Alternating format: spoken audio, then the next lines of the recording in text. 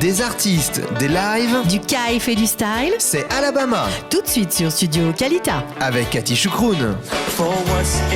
Et oui, nous sommes avec une star, en tout cas, peut-être que vous ne la connaissez pas, mais nous on la connaît. Vous allez voir que vous allez être surpris, parce que si son visage ne vous dit rien, eh bien son nom peut-être un peu plus. Elle s'appelle Sharon Laloum. Bonjour Sharon. Bonjour, shalom et Kolam.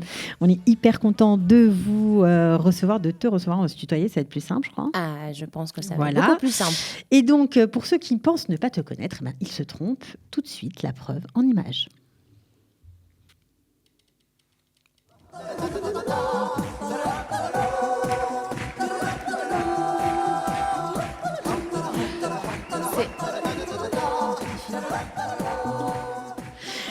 Alors, oui, évidemment, vous avez reconnu, c'était les Voca People, c'est ça? C'est ça. Ouais, Alors, les ouais, Voca ouais. People, tu as chanté avec eux pendant 2 ans, je crois. C'est ça, exactement. J'ai chanté aussi quand j'étais en Israël et c'est grâce à cette création que je suis arrivée en France. Ok. Voilà. Donc, il faut le dire, tu es israélienne, tu es née en Israël, tu as 28 ans. Exactement. Voilà. Alors, ce qui est rigolo, c'est que tes parents ont fait leur aliyah il y a très longtemps. Oui. Avec Aledej, on les salue au passage. Bonjour, shalom le Kolam, Kolodej. C'est drôle. Ouais, et donc, on ne s'attendait pas à ce que tu fasses une carrière en France. Oui, en fait, moi, je suis née en Israël. Je suis israélienne et j'ai eu cette proposition-là. J'étais étudiante à l'Académie de musique et on m'a proposé de faire les Voca People en France. Donc, j'ai dit, all right, pourquoi pas. Voilà, ça fait 5 ans maintenant que je suis à Paris. Voilà, et tu ne t'es pas arrêtée. Alors, il faut dire que la musique, bon, ça te poursuit depuis que tu es toute petite, parce que tu as chanté, je crois, en festival. Ouais, tu as fait oui. des pièces de théâtre. Oui, j'ai commencé quand j'étais jeune. Ma première scène, c'était le Pestigal. Après, j'ai fait Bravo, Abima. Voilà, j'avais ma petite carrière. Et après, je voulais être avec mes copains. Donc, j'ai commencé... Donc, ça veut dire quoi, quand tu as eu 12, 13 ans, 14 ans, tu as dit j'en ai marre, j'arrête? Oui, je voulais plus être sur scène. Je voulais être avec mes copains. Et bon, j'ai chanté quand même. Mais, Évidemment. Mais voilà, je fais le tichon... Comme ça, tranquille, exactement. Jusqu'à la Katzveit, à l'armée. Ok, et d'ailleurs, au Tichon, tu fais une rencontre importante. On va en parler tout au long de l'émission. C'est vrai. C'est vrai. C'est au Tichon où j'ai rencontré mon meilleur ami, qui est aujourd'hui mon associé, qui s'appelle Meni, et qui est pianiste. On a fait Tiksei Yom HaZikaron, Yom HaShoah, toutes les chansons très belles, les chansons israéliennes. Donc, quand il y avait des cérémonies du souvenir, c'était tous les deux, vous montiez sur scène et vous jouiez ensemble. C'est comme ça que votre amitié s'est nouée? Oui, ça a commencé par quelque chose de musical, artistique et justement émotionnel, parce que c'est des chansons magnifiques, tu vois. Donc, ça a été très vite un vrai bonding entre nous. Et après, on faisait du jazz, on faisait beaucoup de choses et on s'est retrouvés aujourd'hui à aimer et à faire de la musique électronique, quoi. Alors, avant d'arriver à la musique électronique, Ouais, il y a oui, beaucoup de choses. il y a beaucoup de choses. Donc la Katzvait, on l'a compris, où là tu te dis que ça y est, c'est ça ce que tu veux faire, tu veux être chanteuse. Oui, à la Katzveit, je me suis rendu compte, je faisais ça, c'est devenu un peu plus pro.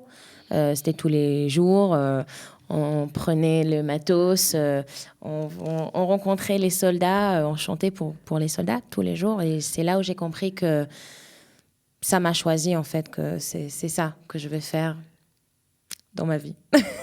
C'est déjà pas mal de trouver sa voie à 18 ans, c'est magnifique.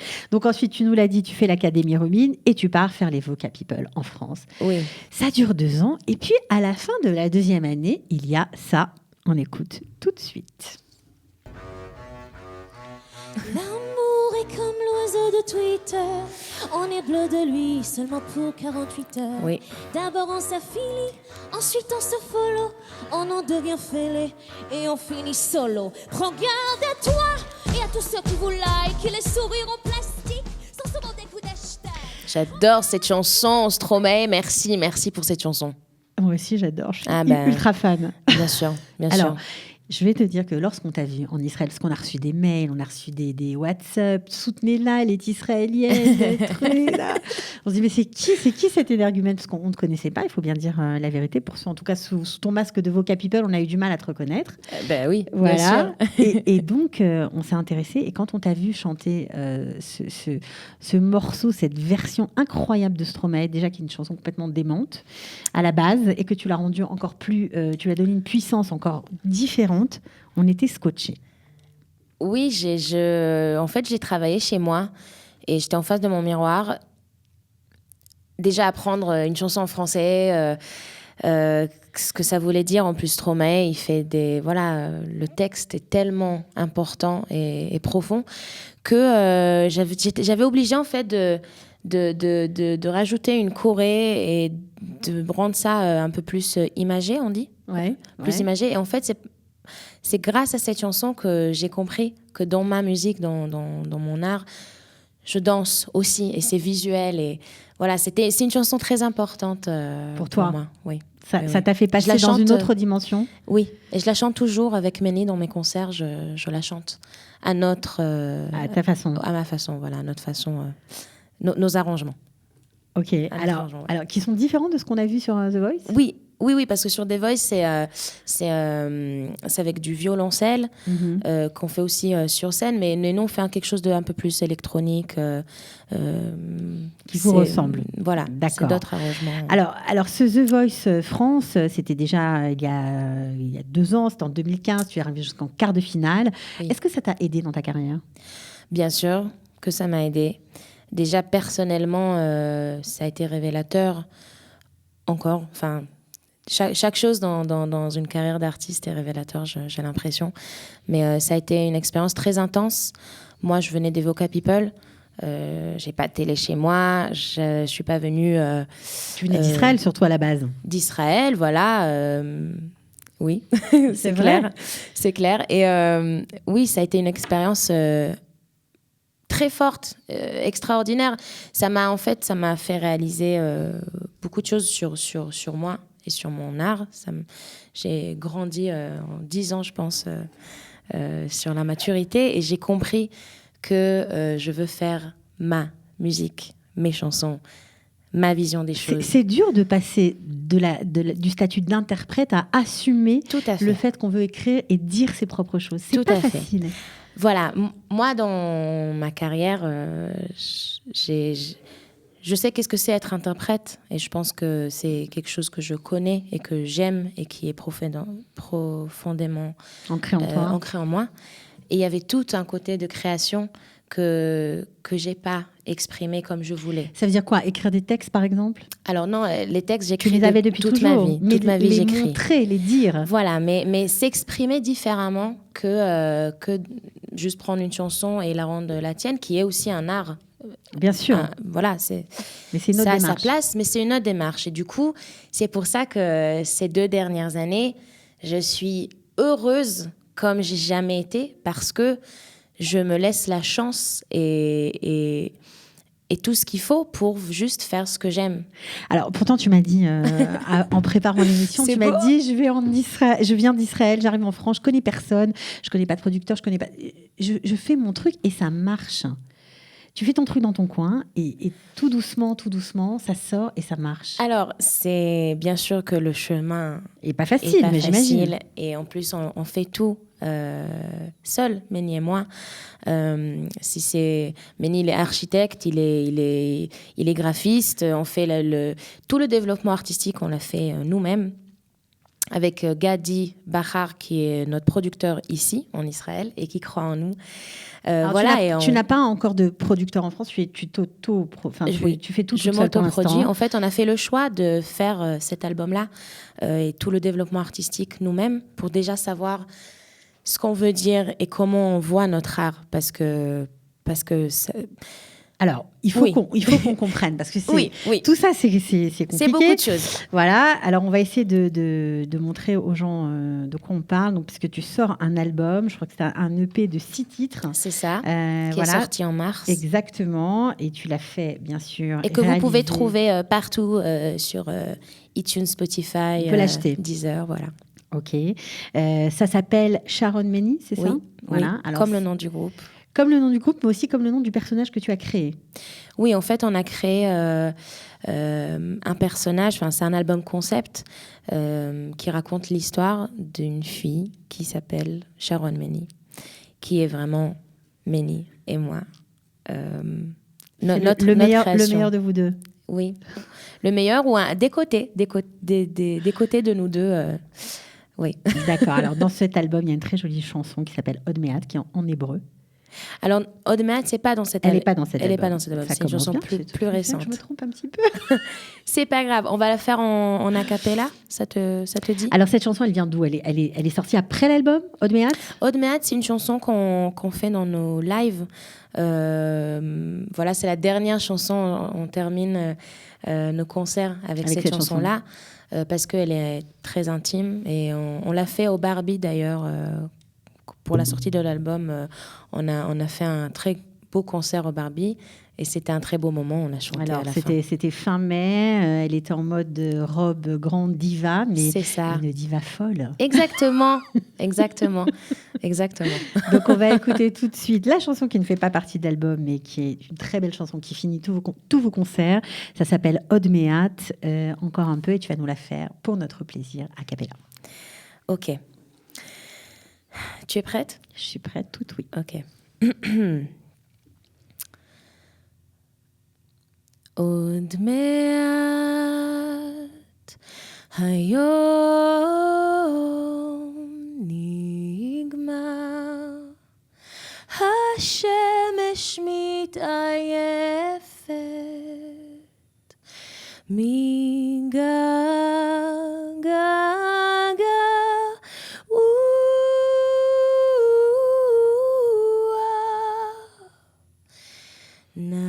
נחזיק מעמד כמה שאפשר נלך לישון ולא נאמר דבר.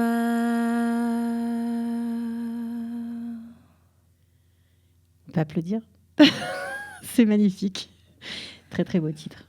Merci. C'est très émouvant. C'est pas facile. C'est un exercice qui est pas facile. Pour moi aussi, c'est pas facile parce que c'est chargé, c'est très chargé d'émotions. Oui. Et... C'est pour ça qu'on l'a fait en a cappella, pour laisser justement la place à la ligne mélodique, en fait. Oui, c'était émouvant, Ouais, c'est très émouvant. Alors, Sharon, on a parlé de cet album, on n'a pas écouté d'extrait de cet album. Tu as écrit un titre qui s'appelle Meshugat. Meshugat, oui. Mais pourquoi? C'est bizarre.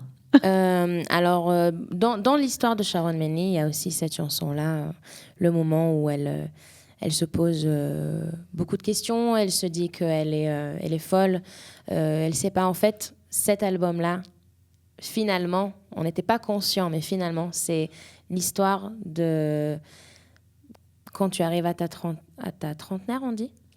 À la trentaine. À la trentaine, quand tu te trouves, c'est de 20 à 30 ans, tout ce qui t'arrive, voilà, c'est ta recherche. Et finalement, la fin de cette histoire, c'est de s'aimer et de s'accepter. Et donc, I Love My Life, que je vais chanter plus tard. On va l'écouter tout à l'heure. Voilà. Mais là, j'aimerais bien qu'on écoute cet extrait. Okay. Ça s'appelle Boom ou Meshugat. Ça dépend.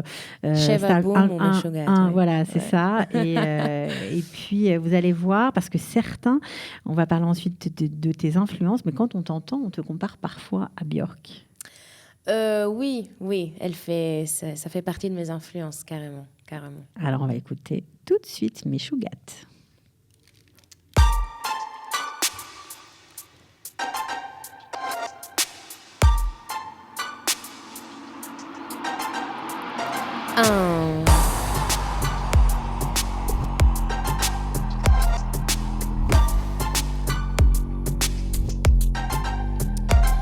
את משוגעת, את רוצה הכל, את לא יודעת, את חייבת לשאול כדי להבין מי את בעולם הגדול הזה.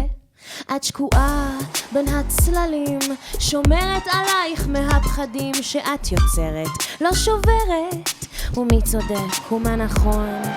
1 קשה, 2 קפה, 3 צעקה, 4 שתיקה, 5 אימהות, 6 חירום, 7 בום, בול פגיעה.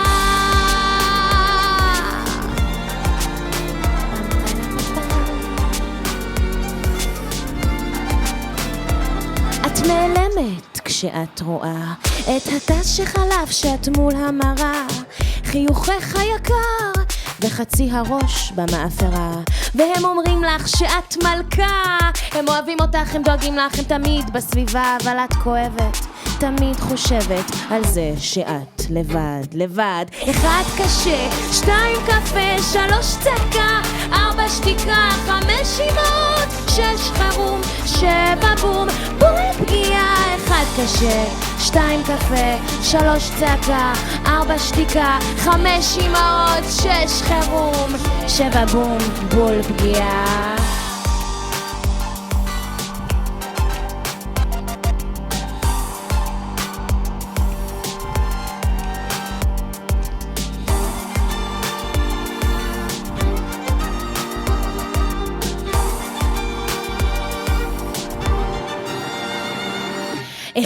קשה, 2 קפה, 3 צעקה, 4 שתיקה, 5 אימהות, 6 חירום, 7 בום, בול פגיעה. 1 קשה, 2 קפה, 3 צעקה, 4 שתיקה, 5 אימהות, 6 חירום, 7 בום, בול פגיעה. הגיעה נקודת האל-חזור, הכאבים בחזה מאיימים לגבור, מנסה להירגע, אוי לא היא כאן החרדה. 1, 2, 3 נושמת והראש נופל כמו אסימון. 5, 6 זה אז תנשמי, בול פגיעה אולי את עוד תסכי. 1 קשה, 2 קפה, 3 צעקה, 4 שתיקה, 5 אימהות, 6 חירום, 7 בום, בול פגיעה. 1 קשה, 2 קפה, 3 צעקה, 4 שתיקה, 5 אימהות, 6 חירום, 7 בום, בול פגיעה. C'est carrément magnifique. Merci. Je suis fan. Je suis fan. Et quand je vous entends, je pense je trouve que vous avez un univers bien planté. Et il y a des petits rappels de Marina Maximilian. Justement, on en parlait avant. Je trouve qu'il y a un truc d'elle. Marina Maximilian Blooming, j'adore cette artiste. Elle est extraordinaire parce que justement, en fait, ce qu'on voudrait, c'est de ne pas avoir des limites. Et c'est compliqué dans le monde artistique parce qu'on cherche à te mettre dans des cases. Exact. Donc nous, notre fil conducteur, c'est l'électronique. Mais là-dedans, je rappe, je fais de l'opéra, je crie, je suis silencieuse. C'est dans 3 langues. C'est nous. L'album est dans 3 langues, c'est vous, c'est toi, c'est Méni. Oui. C'est très, très réussi. Alors justement, Merci. comment tu travailles justement avec lui? Par quoi vous commencez? Par le texte, par la musique, par vous donner l'ambiance, vous dites on va faire du rap, ça se passe comment? Alors, déjà, on se voit, on se pose, on parle, parce c'est mon frère, c'est comme mon frère, donc... C'est ton prolongement. C'est quoi prolongement? Ça veut dire quoi? Ta continuité. Hop, après toi, il y a lui. Exactement, bien sûr, bien sûr. Moi, je suis son prolongement. Ou le contraire. Exactement. Ouais. Okay. Et on décide de créer ensemble, pas forcément savoir qu'est-ce qu'on veut faire. On écrit sur le papier? Comment vous faites? Alors, en fait, ça, c'est des détails. On fait tout. On écrit, on compose. Ça dépend. Soit lui, il a une mélodie, soit moi, j'ai une mélodie, soit j'ai le texte qui est déjà là, soit il écrit le texte. C'est juste passer du temps ensemble. Combien de temps ça vous a pris d'écrire ce morceau, par exemple? Meshugat. Ouais. Alors, Meshugat, c'est un texte que j'ai écrit il y a 5 ans, 4 ans, 5 ans. Et lui, il a composé un petit morceau il y a 3 ans. Enfin, les chansons ont une vie. Donc, il y avait d'autres arrangements pour cette chanson. Finalement, on l'a finalisée, c'est ça. Mais Oui, c'est un long processus, ça c'est sûr. C'est sûr. Ouais, oui. Alors, on voit la joie que vous avez à chanter, le plaisir que vous nous donnez quand bien vous sûr. êtes là. Voilà, vous avez une énergie qui transparaît partout, on va le dire, c'est clair. Toda Et Rabba. d'ailleurs, pour ceux qui ne vous connaissent pas, eh ben, en fait, ils vous connaissent aussi. Parce que certains n'ont peut-être pas vu Voca People, n'ont pas vu The Voice, n'ont pas encore acheté vos albums. Ils ont tort, mais ils vont bientôt le faire, j'en suis sûre. Mais ils se baladaient un jour à Tel Aviv. Ah. Et puis Oui. soudain, ils ont entendu une voix qui est sortie de nulle part, on va dire. Et vous avez fait un carton, un buzz sur Internet incroyable. Alors que c'était pas du tout prévu. Vous étiez là avec vos copains, et puis vous avez dit allez viens chanter. Hop. C'est ça. C'est exactement ça. J'étais avec des musiciens avec qui je fais des concerts. Et Miri Aloni, qui était là au Chouk de Chouk Carmel, voilà. Elle a appelé, il a fait une chanson, il a fait Pour que tu aimes encore, et je l'ai chanté comme ça. Mais moi, j'avais chaud, je savais pas. J'ai pris le micro, je me suis éclatée. Juste quelques notes pour vous rappeler de bons souvenirs. Ok.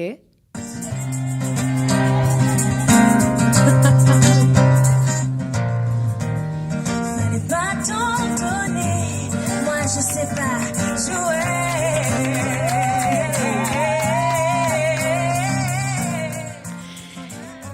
Alors Incroyable. vous avez fait combien de vues sur YouTube avec cette histoire-là?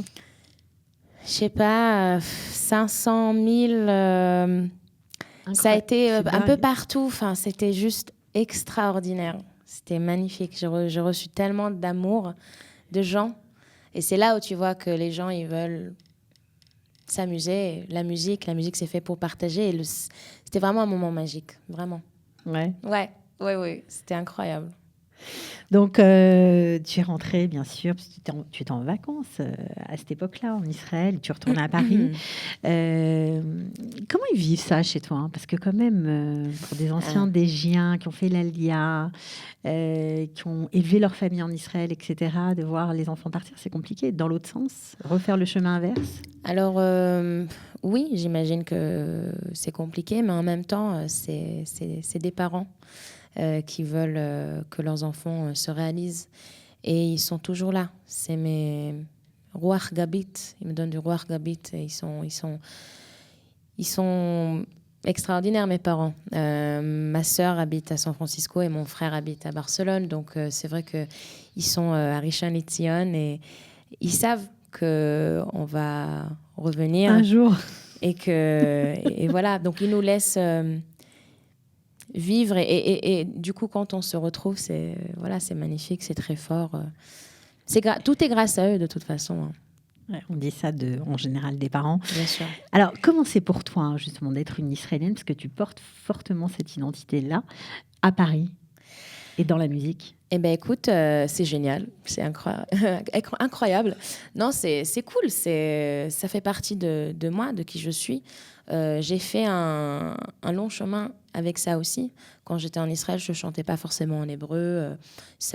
Voilà, j'étais israélienne, mais pas plus. Et maintenant, je suis attachée à mon identité, à la communauté. Alors, tu es attachée à ton identité juive ou israélienne, les deux? Alors, les deux, mais j'avoue que moi, personnellement, c'est israélienne. Venir d'ici, de ce pays, ça représente beaucoup de choses et je trouve ça très riche. Et aujourd'hui, je le mets... Tu ne t'en caches pas? Non, pas du tout, au contraire. Je suis... voilà, je viens du Holy Land. Je suis française, algérienne, marocaine, israélienne. J'ai des influences de jazz. J'ai fait l'académie de musique. J'écoute de l'oriental à la radio. C'est qui je suis. C'est cette chose-là qui me donne autant de richesse, quoi. Donc, Alors, J'adore. Eh ben nous aussi, on Ouais. adore. C'est beau, c'est Oui, beau. c'est beau. Je suis tout à fait d'accord avec toi. Alors avant de terminer l'émission, bien sûr, on va annoncer quelques dates parce que on pourrait parler encore pendant 2 C'est heures vrai. avec toi, parce que tu as fait plein de C'est choses. vrai. À part cet album, cette année, tu as écrit une comédie musicale aussi. Oui. Qui vous verra le jour probablement l'année prochaine. Oui, qui s'appelle Naïve. On a fait ça. Voilà, alors là, pour le coup, c'est un truc assez triste, c'est assez noir comme univers. On peut dire ça, oui. On peut dire ça. C'est avec l'auteur de Oliver Twist, qui s'appelle Christopher Delarue, qui a fait Oliver Twist d'ailleurs avec Shai Alon, qui est israélien. Donc on a fait ça, on a composé ça avec lui. C'est un spectacle musical. Et c'était la première fois qu'on compose des chansons en français. Et du coup, maintenant, on commence à repenser à notre penser à notre deuxième album, qui sera sûrement en français aussi. Donc maintenant, on est dans une création du deuxième album et de concerts. Alors justement, si vous êtes fan, si vous avez craqué pour Sharon Laloum, j'espère bien pour vous, eh bien, on vous donne tous rendez-vous le 18 janvier, en tout cas surtout elle, 18 janvier 2018, Oui. à Paris sur une péniche. C'est ça, Péniche Antipode. Ça sera que Méni et moi pour le moment. On va le faire pas comme le Barbie où il y avait 5 musiciens, on sera que Méni et moi. Ça va être intimiste, on va montrer nos travail, nos chansons. Et vous êtes tous invités, vous pouvez tous venir chanter avec nous et être avec nous. En tout cas, nous, on espère que tu viendras aussi bientôt te produire en Israël. De quoi, pardon ? Que tu viendras bientôt te produire en Israël. Ah, bien sûr. C'est prévu, ça sera en mars. Okay. On va venir pour se produire en Israël. On n'a pas encore les dates, mais voilà. Bon, en tout cas, nous, on se fera un plaisir de faire le relais merci. Et de parler de toi. Alors, on va se quitter en musique avec un titre qui déménage. Ça s'appelle I Love My Life et ça te va si bien. Yes. Donc, la fin de l'album. La fin de l'histoire. La fin de l'histoire. Mais en tout cas, I Love My Life, ça me paraît bien pour un début, moi, je dis. Grave. C'est un début d'une autre histoire, carrément. Exact. En tout cas, on fait un coucou à Méni, on l'a pas salué, on l'embrasse. Méni, on t'embrasse très fort, on t'aime. Voilà, et on est ravis de se quitter en musique. On te souhaite Be'atzlacha. Toda rabba. Merci beaucoup.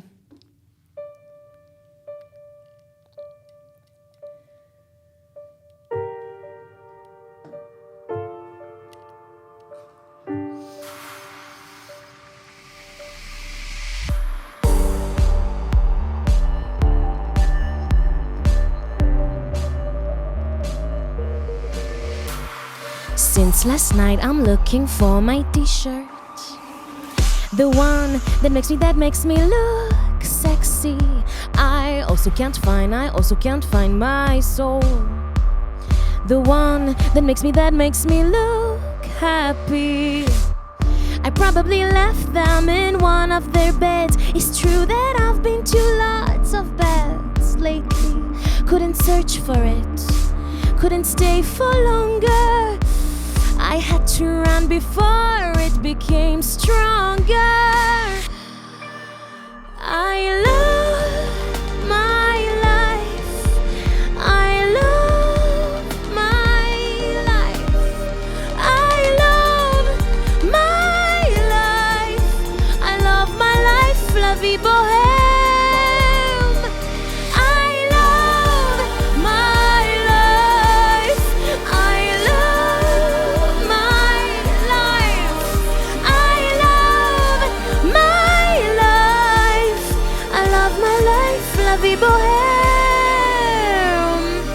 Since he's gone, I'm looking for my soulmate, the one who make me believe he'll take me. I also can't wait, I also need my weekends, 'cause that's when I feel normal to be crazy.